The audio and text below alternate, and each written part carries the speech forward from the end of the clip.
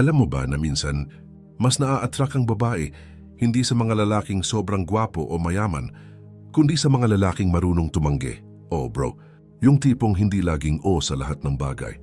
Yung kaya nilang maglagay ng boundary at panindigan ito. Maraming lalaki ang iniisip na para makuha ang puso ng babae, kailangan laging mag-compromise, laging magbigay o laging sumang-ayon. Pero sa totoo lang, kabaligtaran ang nangyayari. Kapag lagi kang yes man, nawawala ang respeto at tingin ng babae sa'yo. Kasi kung wala kang sariling desisyon, paano ka magiging leader ng sarili mong buhay? Sa video na ito, pag-uusapan natin ang 5 rason kung bakit mas na-attract ang babae sa lalaki na kayang tumanggi. At hindi lang ito simpleng psychology talk kundi application din ng Stoic philosophy na nagtuturo ng self-control, discipline at respeto sa sarili. Kaya kung ready ka nang maintindihan kung bakit no is sometimes the sexiest word a man can say, simulan na natin. Unang rason, tumanggi ibig sabihin may paninindigan. Bro, isipin mo to. May babae na nagyaya, na sumama ka sa isang bagay na alam mong hindi aligned sa values mo. Halimbawa, gabi-gabi inom, kahit alam mong kinabukasan may pasok ka o may goal ka na gumising ng maaga para mag-ehersisyo. Kung lagi kang sige lang, anong ipinapakita mo? Na kaya mong iwan ang disiplina mo para lang sa pansamantalang saya. Pero kapag kaya mong tumanggi, ang message na pinapadala mo ay malinaw. May standards ako. May mga bagay akong pinaprioritize kaysa sa temporary pleasure. At yan bro ay sobrang attractive. Bakit? Kasi sa mata ng babae, hindi ka lang basta sumusunod sa agos. Marunong kang mag-lead. Marunong kang pumili ng tama para sa sarili mo. Mga babae natural na naghahanap ng lalaking may backbone. Hindi yung tipong kinokontrol ng sitwasyon, kundi yung kayang magdesisyon kahit minsan hindi komportable. Kaya kapag tumatanggi ka, hindi ibig sabihin na suplado ka o hindi marunong makisama. Ang ibig sabihin nun, marunong kang pumili ng laban mo. At kung titingnan natin sa Stoicism, ito ang essence ng control what you can, ignore what you can't. Hindi mo makokontrol ang opinyon ng iba kapag tumanggi ka, pero makokontrol mo kung paano mo ipinapakita ang disiplina at self-respect mo. Sa huli, mas gugustuhin ng babae ang lalaking may paninindigan kaysa sa lalaking laging available para sa kahit anong bagay. Many example, may kilala akong tropa, sobrang in demand sa barkada kasi siya yung laging game. Pero nung dumating yung time na kailangan na niyang seryosohin yung career niya, nagbago siya. Nag-aaral siya mag-say no sa inuman at nagulat siya na yung girlfriend niya lalo pang na-attract sa kanya. Kasi nakita niya na priority na niya ang growth kaysa sa puro gala. So tandaan mo bro, ang no minsan mas matimbang kaysa sa yes. At yan ang unang reason kung bakit mas naa-attract ang babae sa lalaki na kayang tumanggi. Pangalawang rason, tumanggi ibig sabihin may self-respect. Bro, isipin mo to. Kung lagi kang available, lagi kang nagbibigay at lagi kang sumusunod, anong sinasabi mo tungkol sa sarili mo? Parang sinasabi mo na hindi mahalaga ang oras mo, hindi mahalaga ang energy mo, at pwede kang gamitin kahit kailan. At guess what, kung ganyan ang tingin mo sa sarili mo, ganyan din ang tingin ng iba, lalo na ng babae. Ang lalaking marunong tumanggi, malinaw ang mensahe, I respect myself enough para hindi ako basta-basta magpapaubos sa bagay na hindi aligned sa akin. At itong self-respect na to bro ay magnetic. Bakit? Kasi natural na hinahangaan ng babae ang lalaking kayang i-value ang sarili. Kung kaya mong respetuhin ang sarili mo, mas madali rin para sa kanya na respetuhin ka. Think about it this way. Kapag may babaeng nag-test ng boundaries mo, tulad ng pwede bang i-drop mo lahat ng plano mo para lang makasama ako ngayong gabi? Ano gagawin mo? Kung lagi kang oo, iniisip niya na wala ka talagang sariling misyon. Pero kung kaya mong magsabi ng sorry, hindi pwede. May commitment ako sa sarili ko. Makikita niya na hindi ka madaling balewalain. Sa psychology, ito yung tinatawag na scarcity principle. Kapag hindi laging available ang isang bagay, mas nagiging valuable ito. Pareho din sa tao kung hindi ka laging yes man, mas nagiging special ang oras at presensya mo. Hindi ka disposable, hindi ka ordinaryo. Ngayon kung titingnan natin sa Stoicism, malinaw ang point. Ang respeto ay nagsisimula sa sarili. Kung wala kang boundary, wala kang disiplina, at wala kang paninindigan, paano ka aasahan ng iba? Marcus Aurelius mismo nagsabi na, "If you value yourself, you will stop wasting your time." At oras ang pinaka-precious mong asset, bro. Hindi mo siya mababawi. Many example, may tropa ako dati na sobrang martyr pagdating sa relasyon. Laging on-call, laging handa kahit madaling araw. Pero dumating yung time na na-burnout siya kasi nawalan siya ng oras para sa sarili. Nang natutunan niyang tumanggi kahit sa simpleng bagay na hindi, gusto ko munang magpahinga o may gagawin ako para sa sarili ko. Nag-iba dynamics ng relasyon nila, mas naging balanse. At ang babae, mas naging mas maingat sa paghingi ng oras niya. So bro, tandaan, ang ability na tumanggi ay hindi kawalan ng pagmamahal.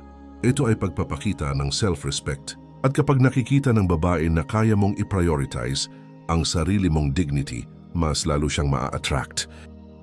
Pangatlong rason, tumanggi ibig sabihin hindi ka desperado.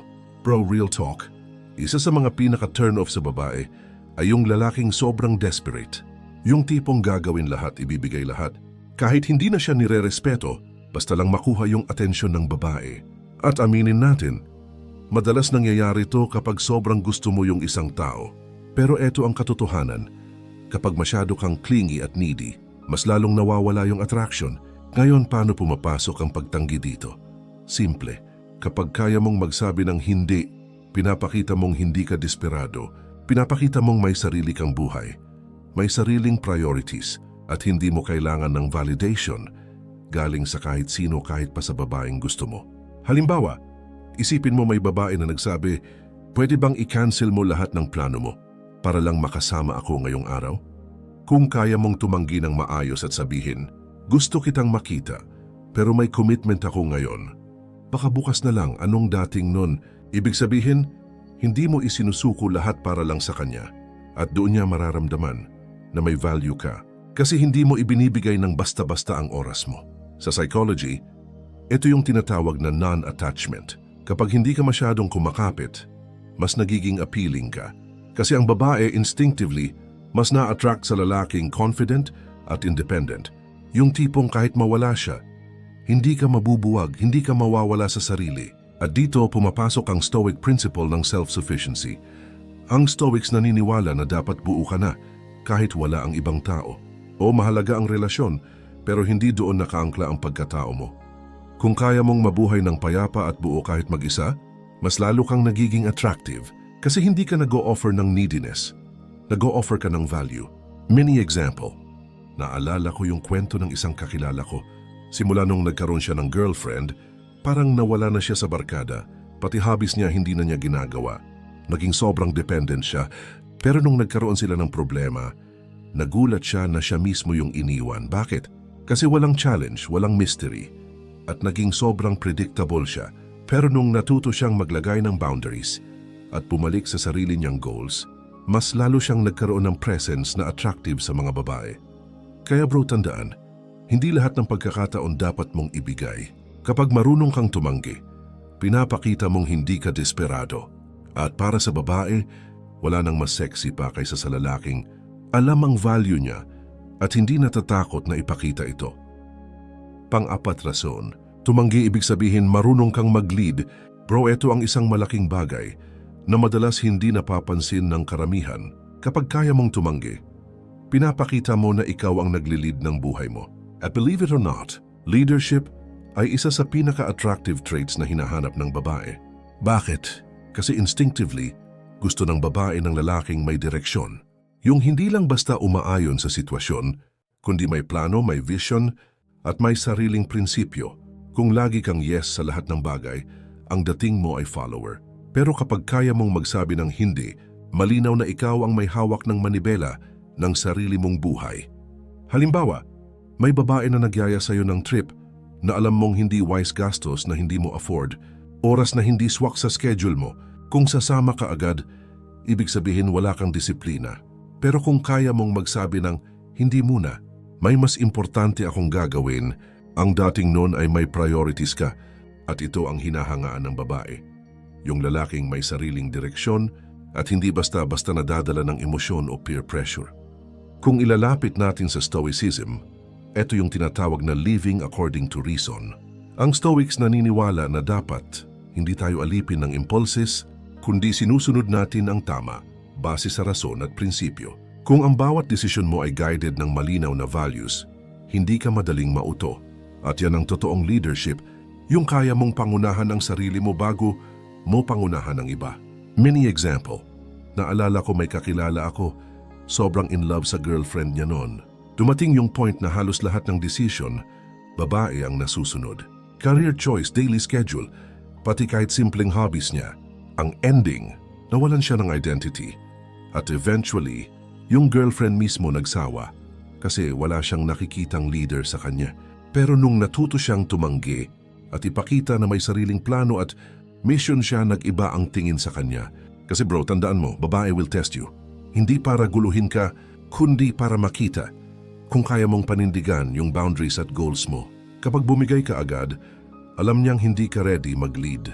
Pero kapag kaya mong magsabi ng no with confidence at respeto, dun niya makikita na worth it kasundan at pagkatiwalaan. So bro, kapag marunong kang tumanggi, hindi lang self-respect ang pinapakita mo. Pinapakita mo rin na ikaw yung klaseng lalaki na may direksyon, isang leader, hindi follower. At para sa babae, sobrang attractive nun. Panglimang rason, tumanggi ibig sabihin may emotional control. Bro, eto na siguro yung pinaka-underrated pero sobrang mahalagang dahilan kung bakit naa-attract ang babae sa lalaking kayang tumanggi, kasi pinapakita nito na may emotional control ka. Kung tutuusin, karamihan ng lalaki natatakot magsabi ng hindi dahil ayaw nilang ma-disappoint ang babae, ayaw nilang mag-away, o baka mawalan ng pagmamahal. Pero eto yung catch. Kapag hindi mo kayang tumanggi, ibig sabihin emosyon ang nagkokontrol sa'yo. Takot, guilt at neediness ang nagpapaikot sa'yo. Kapag kaya mong tumanggi kahit alam mong baka magtampo siya, pinapakita mong kaya mong i-handle ang discomfort. At yan bro, isang sign ng tunay na maturity. Kasi hindi mo hinahayaan na ang feelings ng iba ang magdikta kung ano ang tama para sa'yo. Halimbawa, sabihin natin may girlfriend ka na nagdadrama kasi hindi ka available isang gabi. Kung lahat ng desisyon mo ay umiikot lang para hindi siya magtampo, anong ending? Mauubos ka. Pero kung kaya mong tumanggi ng maayos, tulad ng sorry, gusto kitang makasama pero kailangan ko munang tapusin ito, pinapakita mong hindi ka kontrolado ng emosyon. Hindi ka madaling mag-guilt trip. Sa psychology, ito yung tinatawag na emotional regulation. Yung ability na hindi ka basta-basta natitinag ng pressure, drama, o kahit guilt. At sa Stoicism, ito yung core idea, huwag mong hayaang kontrolin ka ng bagay na wala sa kontrol mo.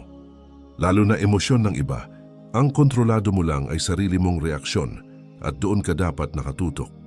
Mini example, may kilala akong tropa na sobrang takot magalit yung girlfriend niya. Lahat na lang ng request, kahit unreasonable, sinasang-ayunan niya. Pero habang tumatagal, hindi lang siya na-stress, pati girlfriend niya nawala ng respeto.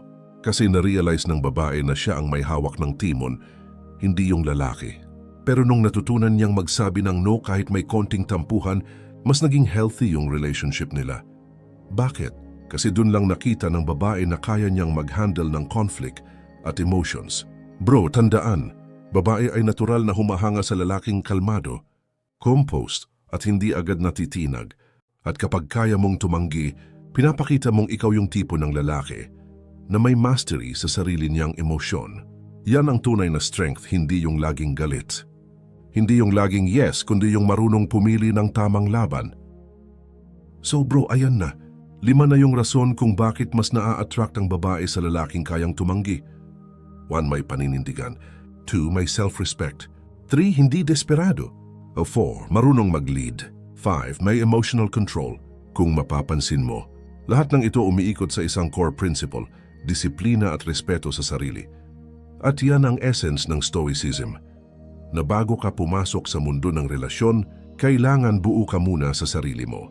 Tandaan, hindi ibig sabihin ng pagtanggi ay pagiging suplado, malamig o walang pakialam. Ang tunay na meaning nito ay kaya mong pumili ng tama kahit hindi laging komportable. At sa huli, mas gugustuhin ng babae yung lalaking may boundaries kaysa sa lalaking ibinibigay lahat kahit mawalan na ng identity. Kung gusto mong maging lalaki na hindi lang ina-attract ang babae pero nire-respeto rin, simulan mong matutong magsabi ng no sa mga bagay na hindi align sa values mo. Kasi bro, kung hindi mo kayang irespeto ang sarili mo, paano ka rerespetuhin ng iba? Kung may natutunan ka dito bro, huwag mong kalimutang i-like itong video, mag-subscribe, at i-share mo na rin sa tropa mong kailangan makarinig nito. At gusto kong marinig ang opinion mo. Ano yung pinaka nahirapan kang tanggihan sa buhay mo? Comment mo sa baba at baka yan na yung pag-usapan natin sa next video. Stay disciplined, stay grounded, at tandaan ang tunay na lakas ng lalaki ay nasa kakayahan niyang kontrolin ang sarili. Kita-kits ulit bro.